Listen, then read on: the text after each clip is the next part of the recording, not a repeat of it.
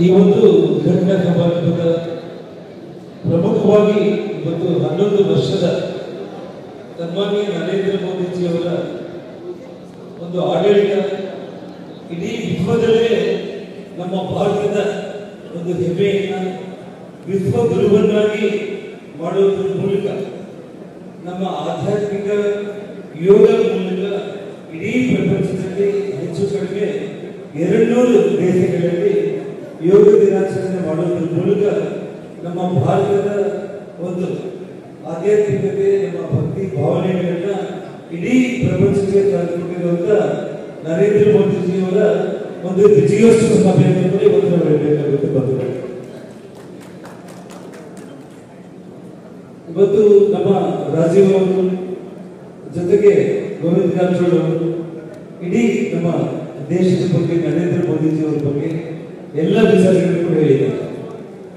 ನಾನು ನಮ್ಮ ಕರ್ನಾಟಕ ರಾಜ್ಯದ ವಿಷಯಗಳನ್ನ ಹೇಳಬೇಕು ಅಂತಂದ್ರೆ, ಇವತ್ತು ಈ ರಾಜ್ಯದಲ್ಲಿರುವಂತಹ ಈ ಸರ್ಕಾರ ಇಡೀ ನಮ್ಮ ಕರ್ನಾಟಕ ರಾಜ್ಯದ ಇತಿಹಾಸದಲ್ಲಿ ಇವತ್ತು ಯಾರು ಕೂಡ ಕೇಳಿ ಮತ್ತು ಕಂಡಿದ್ದರಿಂದ ಇವತ್ತು ಕೆಟ್ಟ ಸರ್ಕಾರ ಅಂತಂದ್ರೆ ಇವತ್ತು ನಮ್ಮ ಕಾಂಗ್ರೆಸ್ ಸರ್ಕಾರ ಸಿದ್ದರಾಮಯ್ಯ ಅವರ ನೇತೃತ್ವದ ಸರ್ಕಾರ ಅಂತ ಹೇಳಬೇಕಾಗುತ್ತೆ ಬಂಧುಗಳಿಗೆ.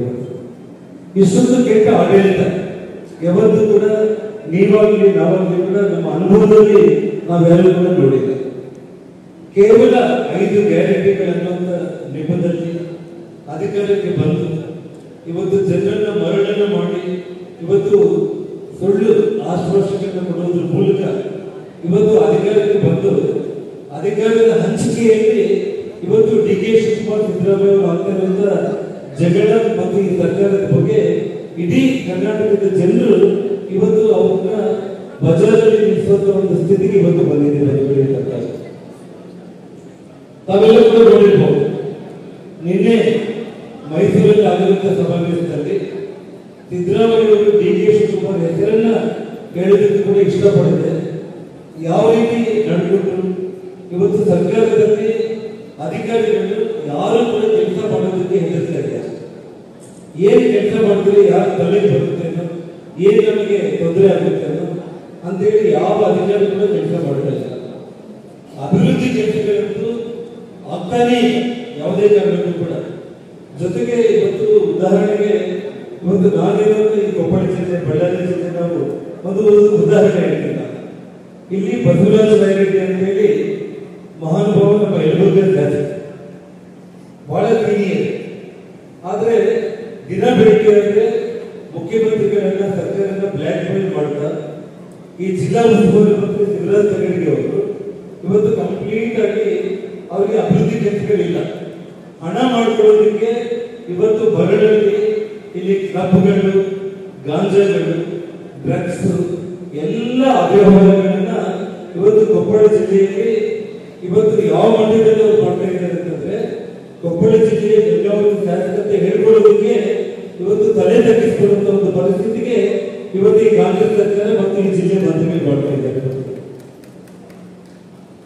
ದಿನ ಬೆಳಿಗ್ಗೆ ಅವರವರಲ್ಲಿ ಜಗಳ, ಅಭಿವೃದ್ಧಿ ಕೆಲಸಗಳಿಲ್ಲ, ಅಭಿವೃದ್ಧಿಗೆ ಹಣ ಇಲ್ಲ, ಯಾವುದೇ ಕೇವಲ ಕುರ್ಚಿಗೋಸ್ಕರ ಇವತ್ತು ಅವರು ಜಗಳ ಮಾಡ್ಕೊಳ್ಳೋದು ಬಿಟ್ಟರೆ ಬೇರೆ ಯಾವುದು ಕೂಡ ಇಲ್ಲ. ಇವತ್ತು ನಾನು ಒಂದು ಮಾತನ್ನ ಹೇಳ್ಬಹುದು, ಇಡೀ ದೇಶಕ್ಕೆ ಇವತ್ತು ಅಲ್ಲಿ ನರೇಂದ್ರ, ಇಲ್ಲಿ ಕರ್ನಾಟಕದಲ್ಲಿ ನನ್ನ ತಮ್ಮ ವಿಜಯೇಂದ್ರ ಅಂತ ಹೇಳಿ ನಾನು ಹೇಳಬೇಕಾಗುತ್ತೆ. ಯಾವುದೇ ಒಂದು ವಿಚಾರದಲ್ಲಿ ಬರುವಂತ ದಿನಗಳಲ್ಲಿ ಇವತ್ತು ಕೆಲವೊಂದು ವಿಚಾರಗಳು ಇಲ್ಲಿ ನಮ್ಮ ಮಾಧ್ಯಮ ಸ್ನೇಹಿತರಿದ್ದಾರೆ, ನಮ್ಮ ಎಲ್ಲ ಕಾರ್ಯಕರ್ತರು ಕೂಡ ತಂದಿದ್ದಾರೆ. ಯಾವುದೋ ಒಂದು ಕೆಟ್ಟ ಗಳಿಗೆಯಲ್ಲಿ ನನ್ನ ಮತ್ತು ಶ್ರೀರಾಮುಲು ನಡುವೆ ಯಾವುದೋ ಒಂದು ಸಣ್ಣ ವಿಚಾರದಲ್ಲಿ ಆಗಿರುವಂತಹ ಒಂದು ವಿಷಯಗಳು ಅದೆಲ್ಲವೂ ಏನಿದ್ರೆ ನಾವಿಬ್ಬರು ಜಗಳ ಮಾಡ್ಕೊಂತ ಇದ್ದ ತಕ್ಷಣ ಅವತ್ತು ಬಳ್ಳಾರಿಯಿಂದ ಬೆಂಗಳೂರು ತನಕ ಕೂಡ ಎಲ್ಲ ಭಾರಿ ಭ್ರಷ್ಟಾಚಾರಿಗಳು ಕಾಂಗ್ರೆಸ್ ಅವರ ಜೊತೆಯಲ್ಲಿ ತುಂಬಿದ್ರಂತೆ. ಅಷ್ಟು ಖುಷಿಯಾಗಿ ಬಿಟ್ಟಿದ್ರು ಎಲ್ಲರೂ ಕೂಡ. ಒಂದು ಮಾತು ಹೇಳ್ತಾ, ನನ್ನ ಶ್ರೀರಾಮನ ಮಧ್ಯೆ ಯಾವತ್ತಾದ್ರೂ ಕೂಡ ಯಾರಾದ್ರೂ ಕೂಡ ಮಧ್ಯಸ್ಥಿಕೆ ಮಾಡಬಹುದು ಅಂತ ಯೋಚನೆ ಮಾಡಿದರೆ ಅವರಿಂದ ಮೂರ್ಖರು ಈ ಭೂಮಿ ಮೇಲೆ ಇರೋದಿಲ್ಲ. ಯಾರ ಅವಶ್ಯಕತೆ ಕೂಡ ಇಲ್ಲ. ಚಿಕ್ಕ ವಯಸ್ಸಿಂದ ಕೂಡ ರಾಜಕೀಯ ಅನ್ನೋದ್ರ ಬಗ್ಗೆ ಗೊತ್ತಿಲ್ಲದೆ ಇರೋ ಸಮಯದಿಂದ ಹಿಡಿದು ಜಾತಿಯಿಂದ ನಾವು ಸ್ನೇಹ ಮಾಡ್ಕೊಂಡಿಲ್ಲ, ರಾಜಕೀಯದಲ್ಲಿ ಬಂದು ನಾವು ಬೆಳಿಬೇಕಂತ ಸ್ನೇಹ ಮಾಡಲಿಲ್ಲ, ವ್ಯಾಪಾರ ವ್ಯವಹಾರಗಳಲ್ಲಿ ಬಹಳ ದೊಡ್ಡವರಾಗಬೇಕಂತ ನಾವು ಸ್ನೇಹ ಮಾಡಿಲ್ಲ. ಸ್ನೇಹ ನಿಜವಾದ ಸ್ನೇಹ. ಮಧ್ಯದಲ್ಲಿ ನಾವೇನು ಪುರಾಣಗಳು ಓದ್ತಾ ಇರ್ತೀವಿ, ಶ್ರೀಕೃಷ್ಣ ಮತ್ತು ಅರ್ಜುನನ ಮಧ್ಯದಲ್ಲಿ ಕೂಡ ಜಗಳ ಆಗಿದ್ದರಿಂದ ನಾವು ಪುರಾಣಗಳಲ್ಲಿ ಓದ್ತೀವಿ. ರಾಮ ಮತ್ತು ಹನುಮಂತನ ನಡುವೆ ಕೂಡ ಜಗಳ ಆಗಿದ್ದರಿಂದ ನಾವು ಪುರಾಣಗಳಲ್ಲಿ ಓದ್ತೀವಿ. ಆದ್ರೆ ಇವತ್ತು ನಮ್ಮಿಬ್ಬರ ಮಧ್ಯದಲ್ಲಿ ಆಗಿರುವಂತ ಜಗಳ ಅದು ಯಾರಾದ್ರೂ ಲಾಭ ಪಡ್ಕೋಬೇಕಂತ ಯೋಚನೆ ಮಾಡಿದ್ರೆ ಅವರು ಮೂರ್ಖರಾಗ್ತಾರೆ, ನಾವಿಬ್ಬರನ್ನ ಸರಿ ಮಾಡಬೇಕಂದ್ರೆ ಅವರು ಮೂರ್ಖರಾಗ್ತಾರೆ. ಶ್ರೀರಾಮುಲು ಹೇಳಿದಾಗೆ ಅರ್ಧ ಗ್ಲಾಸ್ ಬಿಸಿ ನೀರು ಕುಡಿಯೋದ್ರೊಳಗಡೆ ನಾವಿಬ್ಬರು ಅಡ್ಜಸ್ಟ್ ಆಗ್ತೀವಿ ಅಂತ ಹೇಳಿ.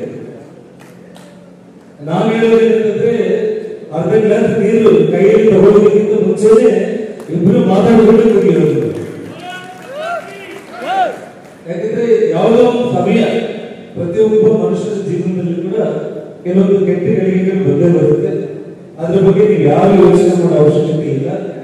ಯಾವ ರೀತಿ ಹಿಂದೆ ನಮ್ಮ ಸನ್ಮಾನ್ಯ ಯಡಿಯೂರಪ್ಪ ನೇತೃತ್ವದಲ್ಲಿ ನಾನು ಶ್ರೀರಾಮುಲು ಇಡೀ ಕರ್ನಾಟಕ ರಾಜ್ಯಾದ್ಯಂತ ನಾವು 2008ರಲ್ಲಿ ಹೋರಾಟ ಮಾಡಿ ಯಾವ ರೀತಿ ಒಂದು ಪಾರ್ಟಿ ಅಧಿಕಾರಕ್ಕೆ ಬಂತೋ ಅದೇ ಒಂದು ರೀತಿಯಲ್ಲಿ ವಿಜೇಂದ್ರ, ಜನಾರ್ದನ್ ರೆಡ್ಡಿ, ಶ್ರೀರಾಮುಲು ವೇದಿಕೆಗಳಿರುವಂತಹ ಎಲ್ಲ ಹಿರಿಯರು, ಪಕ್ಷದ ಎಲ್ಲ ಮುಖಂಡರು ಸೇರಿ ಕರ್ನಾಟಕ ರಾಜ್ಯಾದ್ಯಂತ ನಾವು ಓಡಾಡಿ ಮತ್ತೆ ಪಕ್ಷವನ್ನು ಅಧಿಕಾರಕ್ಕೆ ತಗೊಂಡು ಬರ್ತೀವಿ ಅಂತ ಹೇಳಿ ಪ್ರಮಾಣ ಮಾಡಿ ಹೇಳ್ತಾ ಇದ್ದೇನೆ. ಇಲ್ಲಿ ಒಂದೇ ಒಂದು ಏನಂತಂದ್ರೆ ಅದು ಕೆಲವೊಬ್ಬರಿಗೆ ಮಾತ್ರ ತಲುಪುತ್ತೆ.